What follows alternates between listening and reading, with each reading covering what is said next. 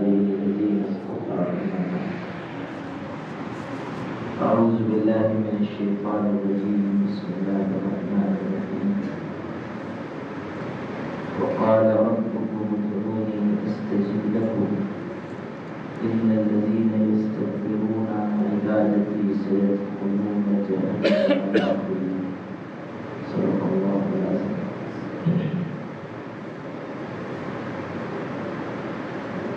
کل آپ کو یہ بات بتائی ہوئی کہ انسان کا دل بن جاتا ہے تو اس کے سارے کام اور اعمال بن جاتے ہیں، اور انسان کا دل بگڑتا ہے تو اس کے سارے اعمال بگڑ جاتے ہیں۔ حدیث پاک میں ہے جسم میں گوشت کا ایک ٹوکرا ہے، جب وہ بنتا ہے تو پورا جسم بن جاتا ہے، جب وہ بگڑتا ہے تو پورا جسم بگڑ جاتا ہے۔ یاد رکھو کہ وہ دل ہے۔ اس لیے انسان کو چاہیے کہ وہ اپنے دل پر محنت کرے، اپنے دل کو پاک بنائے، صاف بنائے۔ اب آپ کو اس سے آگے یہ سمجھنا ہے کہ کون سی چیزیں ایسی ہیں جو دل کو نقصان پہنچاتی ہیں، کون سی ایسی چیزیں ہیں جن کے ذریعے شیطان انسان کے دل کو بیمار کر دیتا ہے۔ آپ نے قلعہ دیکھا ہوگا، قلعے میں دروازے ہوتے ہیں۔ اپنے یہاں تو بڑا قلعہ نہیں ہے، خالص نارو شنکر والا قلعہ ہے۔ جن علاقوں میں بڑے بڑے بادشاہ گزرے ہیں وہاں بہت بڑے بڑے قلعے ہیں۔ قلعے اس لیے بنائے جاتے تھے کہ دشمن سے حفاظت ہو، اور اسی لیے جب دشمن حملہ کرتا تھا تو اس کی سب سے پہلی کوشش یہ ہوتی تھی کہ قلعے پر قبضہ ہو جائے، قلعے میں گھسنا چاہتے تھے۔ دشمن کی کوشش یہ ہوتی تھی کہ وہ قلعے میں داخل ہو، اور اس کے لیے وہ کوشش کرتا تھا کہ کہیں کسی دروازے سے داخل ہونے کا موقع مل جائے، یا قلعے کی کسی دیوار میں سوراخ کر کے اس میں جگہ بنا کر اس میں سے داخل ہو جائے۔ انسان کے جسم میں اس کے دل کی حیثیت قلعے کی ہے۔ جیسے بادشاہ کا قلعہ ہوتا ہے ویسے ہی انسان کے جسم میں انسان کا دل ہے، قلعہ ہے، اور شیطان اس کا دشمن ہے۔ تو شیطان بھی سب سے زیادہ کوشش کرتا ہے کہ انسان کے دل پر اس کا قبضہ ہو، قلعے پر قبضہ ہو جائے۔ اس لیے کہ جب قلعے پر قبضہ ہو جائے گا تو پوری سلطنت پر اور پوری حکومت پر قبضہ ہو جائے گا۔ جس طرح قلعے کے دروازے ہوتے ہیں اسی طرح انسان کے دل میں بھی داخل ہونے کے لیے دروازے ہیں۔ کچھ ایسی چیزیں ہیں جن کے ذریعے انسان دل میں داخل ہوتا ہے۔ ان میں سے ایک بات آج بیان کرتا ہوں، اگلی باتیں انشاءاللہ آنے والے دنوں میں بیان کروں۔ انسان کے دل میں شیطان جس دروازے سے داخل ہوتا ہے، بڑا دروازہ ہے، اس کا نام ہے غرور، تکبر، اپنے آپ کو بڑا سمجھنا، دوسروں کو حقیر سمجھنا۔ یہ بہت بڑا وار اور ہتھیار ہے شیطان کا، جس کے ذریعے وہ انسان پر حملہ کرتا ہے۔ انسان کے اندر غرور پیدا ہے، یہ سوچ کہ میں اچھا ہوں، میں بہتر ہوں، دوسرے مجھ سے چھوٹے ہیں، دوسروں کے پاس مال کم ہے، دوسروں کے پاس علم کم ہے، دوسروں کے پاس عزت کم ہے، اس کو تو سب مانتے ہیں، اس کو تو سب جانتے ہیں۔ اس راستے سے شیطان انسان کے دل میں داخل ہوتا ہے، غرور کے راستے سے۔ غرور کی حقیقت یہ ہے کہ انسان اپنے آپ کو بڑا سمجھے اور دوسرے کو چھوٹا سمجھے۔ غرور یہ نہیں ہے کہ کوئی آدمی صاف ستھرا کپڑا پہنے، اچھے مکان میں رہے، اچھی سواری پر چلے، یہ غرور نہیں ہے۔ حضرت نبی کریم صلی اللہ علیہ وسلم سے پوچھا گیا، اے اللہ کے رسول صلی اللہ علیہ وسلم، کوئی شخص یہ چاہتا ہے اس کا جوتا اچھا ہو، اس کا کپڑا اچھا ہو، کیا یہ غرور ہے؟ آپ نے فرمایا یہ غرور نہیں ہے، بلکہ غرور یہ ہے کہ تم حق بات کو ٹھکرا دو اور لوگوں کو کمتر سمجھو، لوگوں کو حقیر سمجھو۔ آدمی حق بات کب ٹھکراتا ہے؟ جب اس کے اندر یہ احساس جاگتا ہے کہ میں کیوں قبول کروں، میں تو بہت بڑا ہوں، مجھے ماننے کی کیا ضرورت ہے۔ میں نے قرآن کی آیت پڑھی تھی، اللہ تعالیٰ کا ارشاد ہے، دھیان سے سننا۔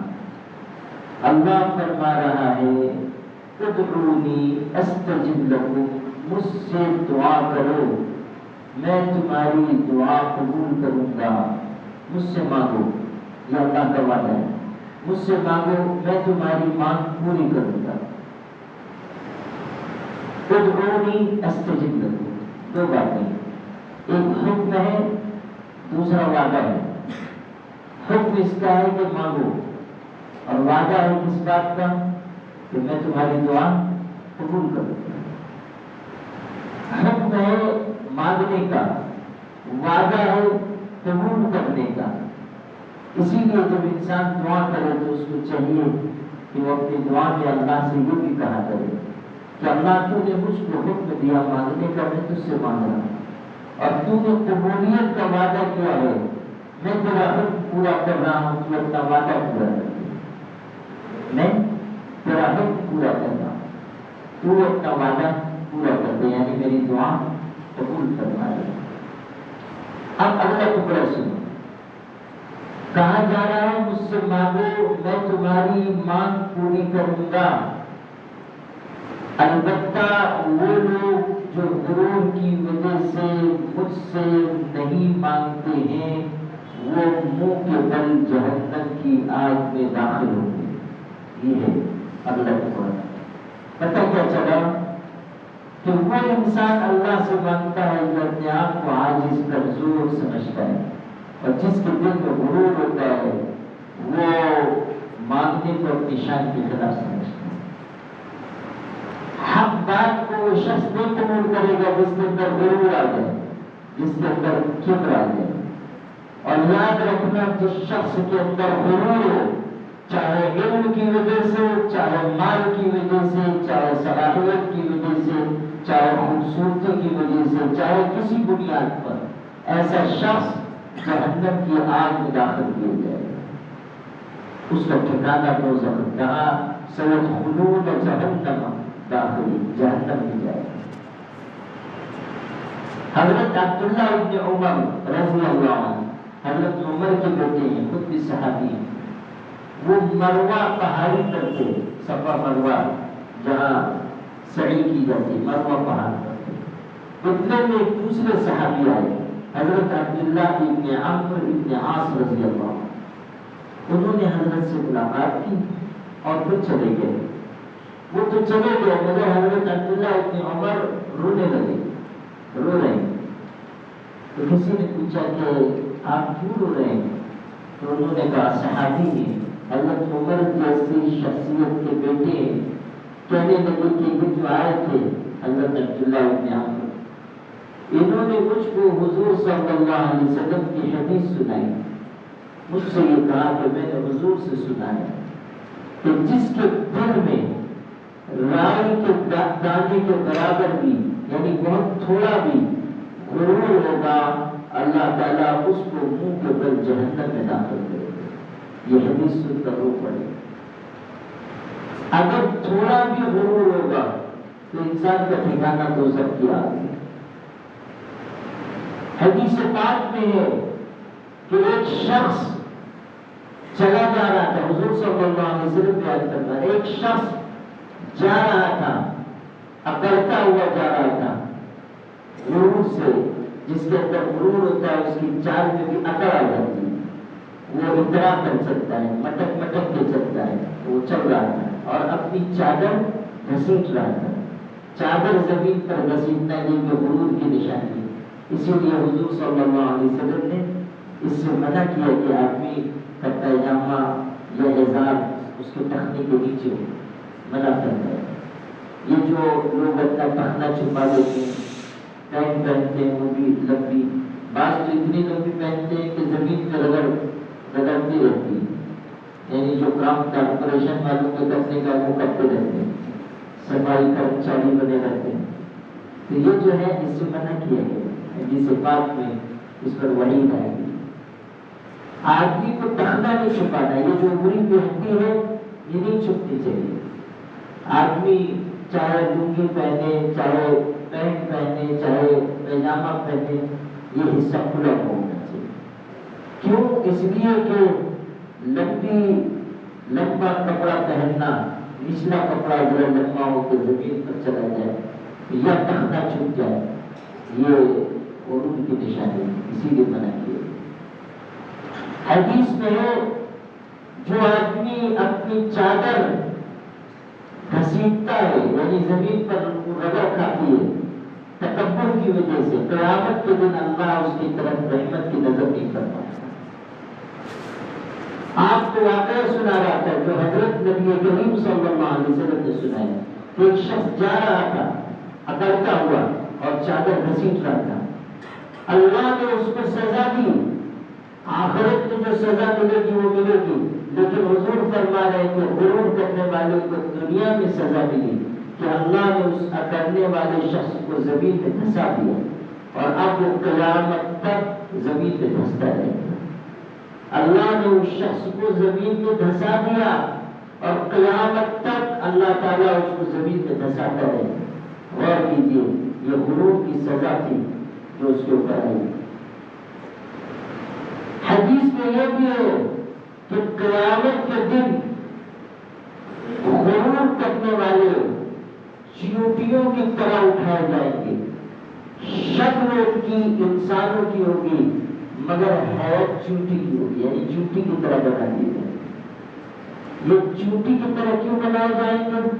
دنیا میں اپنے آپ کو بڑا سمجھتے تھے تو اللہ تعالیٰ ان کو بالکل چھوٹا کر دے گا، چیونٹی بالکل چھوٹی ہوتی ہے تو اس لیے اللہ تعالیٰ ان کو بالکل چھوٹا کر دے گا۔ اور یہ بھی فرمایا کہ ان کو جہنم کی آگ میں ہوں گے، آگ ان کو ڈھانپ رہی ہوگی اور ان کو جہنم میں قید خانے کی طرف لے جایا جائے گا۔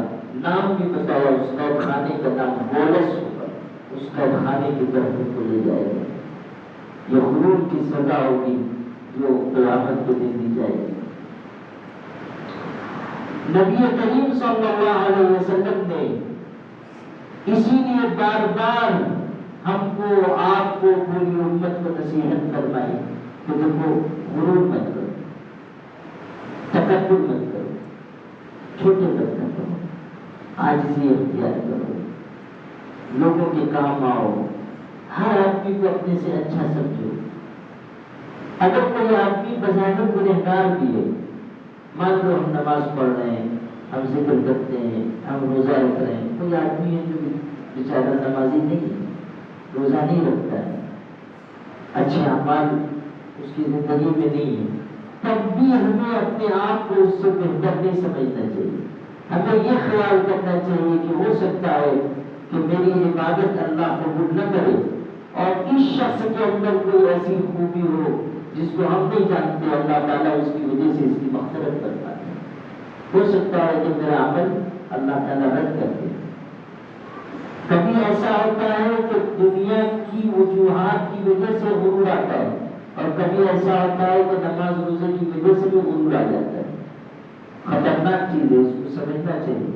ایک آدمی نمازی بن گیا اور تلاوت کرنے لگا، خدا نخواستہ ایسا نہ ہو کہ اس کی وجہ سے اس کے اندر غرور آ جائے، وہ یہ سمجھنے لگے کہ میں تو نمازی ہوں، میں تو عبادت گزار ہوں، میں تو قرآن پڑھتا ہوں، ہرگز نہیں۔ آدمی کو ڈرتے رہنا چاہیے کہ پتہ نہیں میرا عمل قبول ہوگا کہ نہیں قبول ہوگا، اور کسی کو بھی چھوٹا نہیں سمجھنا چاہیے۔ کوئی آدمی بے عمل ہے، کوئی آدمی گنہگار ہے، اس کو بھی ہمیں حقیر نہیں سمجھنا چاہیے۔ عاجزی یہ حضرت آدم علیہ السلام کی سنت ہے، اور غرور یہ ابلیس کا طریقہ ہے۔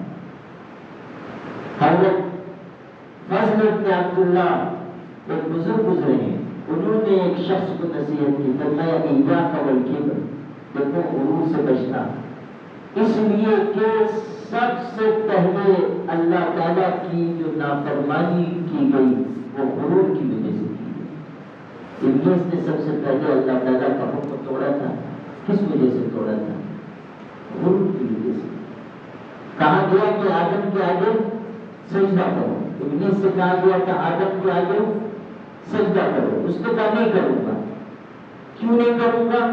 انا خیر منہ خلقتنی من نار وخلقتہ من طین، اس لیے کہ میں اس سے بہتر ہوں، آدم سے اچھا ہوں، اس کو تو نے مٹی سے پیدا کیا، مجھ کو آگ سے پیدا کیا، میں آگ سے پیدا ہوا ہوں، اور عبادت بھی بہت کرتا تھا، کوئی چھوٹا موٹا تو تھا نہیں۔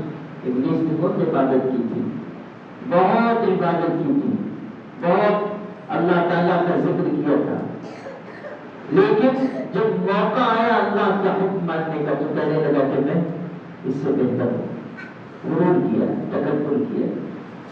اس کا نتیجہ کیا نکلا؟ کہا گیا کہ ہمارے دربار سے نکل جاؤ، تم یہاں رہنے کے لائق نہیں۔ اس سے ہمارے مشائخ نے ایک بات نکالی ہے، وہ یہ کہ غرور کی وجہ سے ابلیس کو اللہ تعالیٰ کی بارگاہ سے نکالا گیا۔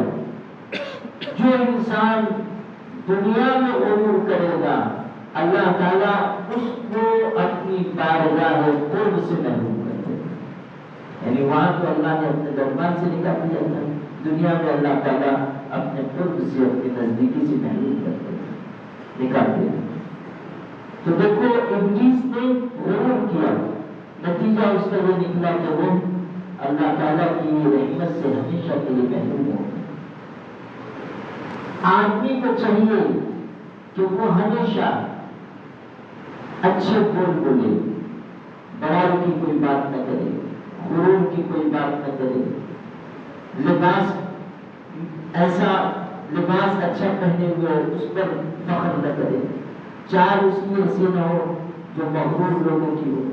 حضرت عبداللہ ابن عمر جن کا بھی میں نے واقعہ سنایا، ایک مرتبہ تشریف رکھتے تو دیکھا کہ ایک آدمی اکڑتا ہوا غرور کی چال چلتا ہوا جا رہا ہے، ان کو بہت برا لگا۔ ارشاد فرمایا ان للشیطان اخوانا، کہ شیطان کے بھی بھائی ہوتے ہیں، شیطان کے بھائی ہوتے ہیں، گویا کہ اشارہ کیا کہ یہ شیطان کا بھائی بنا ہوا ہے، اکڑتا ہوا جا رہا ہے، گویا کہ شیطان سے دوستی کر رہا ہے، شیطان سے دوستی۔ یہ تو انہوں نے نصیحت کے لیے فرمایا، ایسا نہ ہو کہ آپ بھی کسی کو دیکھیں تو شیطان کا بھائی قرار دینے لگے، اگر آپ بھی کرنے لگیں گے تو معلوم ہوا اس شیطان کے بھائی نے آپ کو آرام پہنچا دیا۔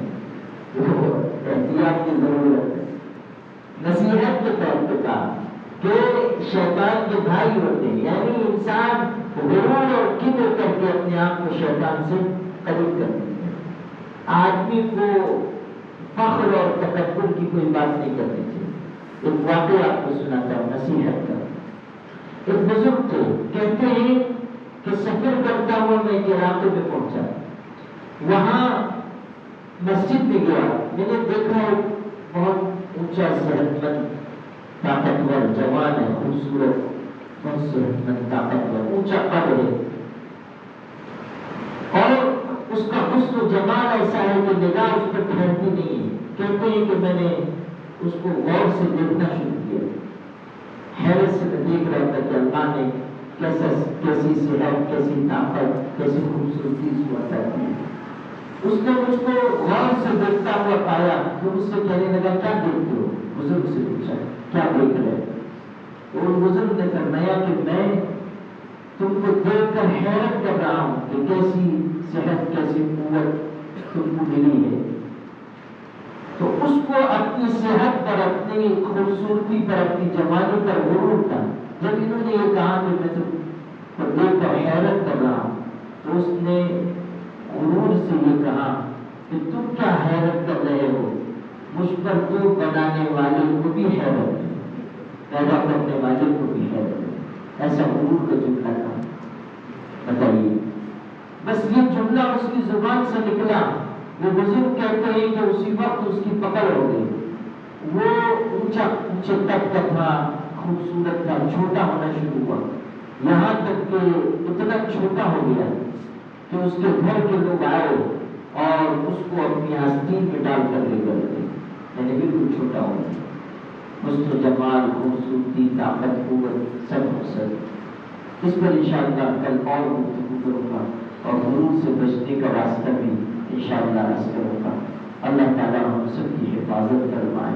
دعا کریں، اللہم لک الحمد کما ينبغی لجلال وجهک وعظیم سلطانک، اللہم صل علی سیدنا محمد وعزته بعدد كل موجود لك، اللہم انت السلام ومنک السلام تبارکت یا ذا الجلال والاکرام۔ اے اللہ، تو ہم سب کی غرور سے حفاظت فرما، اللہ اپنے کرم سے ہمیں عاجزی عطا فرما، تواضع عطا فرما، اللہ تیرے آگے ہمیشہ مانگنے کی اور مانگ کر تجھ سے لینے کی توفیق عطا فرما، اللہ ہر بری بات سے، برے دل سے، بری رات سے ہماری حفاظت فرما، اللہ بڑے بول بولنے سے ہماری حفاظت فرما، اللہ غصے کی حالت میں بھی اور عام حالات میں بھی ہمیں ہر طرح کبر سے، فخر سے اور بڑی بات بولنے سے محفوظ فرما، اللہ تعالیٰ ہماری زبان پر ایسی باتیں جاری ہوں جو تجھ کو راضی کرنے اور خوش کرنے والی ہوں، اللہ رمضان میں ہم سب کی عافیت کے ساتھ مکمل اصلاح فرما، اللہ تعالیٰ اس رمضان میں ہم سب کی مغفرت فرما، اللہ اس شخص کو محروم اور تباہ اور برباد ہونے والا بتایا گیا ہے جس پر رمضان ملے اور پھر اس کی مغفرت نہ ہو، اللہ ایسی محرومی سے اور ایسی بربادی سے ہم سب کی حفاظت فرما، اللہ ہمیں نمازوں کا اہتمام عطا فرما، اللہ ہمیں اچھی طرح روزہ رکھنے کی توفیق عطا فرما، روزے کے آداب کی رعایت عطا فرما، اللہ روزے پر تو نے جتنی فضیلتیں اور اجر اور ثواب کا وعدہ کیا ہے، جن کو ہم جانتے ہیں یا نہیں جانتے ہیں، اللہ وہ ساری فضیلتیں اور اجر و ثواب ہم سب کو نصیب فرما، اللہ اپنے کرم سے روزے کی برکت سے تیرے چاہنے والوں میں ہمیں شامل فرما، اللہ روزے کی حقیقت عطا فرما، نماز کی حقیقت عطا فرما، اللہ بہترین صفات عطا فرما، کشادہ برکت والی روزی عطا فرما، اللہ ہمارے گھروں میں راحت اور رحمت عطا فرما، ہمارے گھروں میں برکت عطا فرما، اللہ ہمارے گھروں میں امن، چین، سکون، اطمینان عطا فرما، اللہ رمضان المبارک عافیت کے ساتھ، صحت کے ساتھ، اچھے اعمال کے ساتھ، مقبول عبادتوں کے ساتھ گزارنے کی توفیق عطا فرما، اللہ تو ہم سے راضی ہو جا، ہم سے خوش ہو جا، اللہ ہماری دنیا اور آخرت کے ہر کام کو بنا دے، اللہ ہماری اولاد کو ہماری آنکھوں کی ٹھنڈک بنا، ہماری اولاد کو علم، عمل اور اخلاص عطا فرما، اللہ ہمیں دنیا میں بھی کامیاب فرما، ہمیں آخرت میں بھی کامیاب فرما، اللہ تیری محبت کا نور عطا فرما، ہمارے دلوں کو روشنی عطا فرما، اللہ ہر قسم کی معذوری، محتاجی، مجبوری سے ہم سب کی حفاظت فرما، اللہ دین سیکھنے کی اور دین سیکھ کر اس پر عمل کی توفیق عطا فرما، اللہ ہماری اور ہمارے ماں باپ کی مغفرت فرما، ہمارے اہل و عیال کی مغفرت فرما، ہم سے محبت کرنے والوں کی مغفرت فرما، اللہ دونوں جہانوں میں ہمیں کامیابی عطا فرما، ہر بیماری سے صحت و شفا عطا فرما، ہمارے ملک کے حالات کو درست فرما، اللہ اہل ایمان کو غلبہ عطا فرما، اللہ اہل ایمان کی مدد فرما، اللہ مسلمانوں کو عزت اور سربلندی عطا فرما، حضرت نبی کریم صلی اللہ علیہ وسلم کی برکتوں سے ہماری دعاؤں کو قبول فرما، ربنا تقبل منا إنك أنت السميع العليم وتب علينا إنك أنت التواب الرحيم. سبحان ربك رب العزة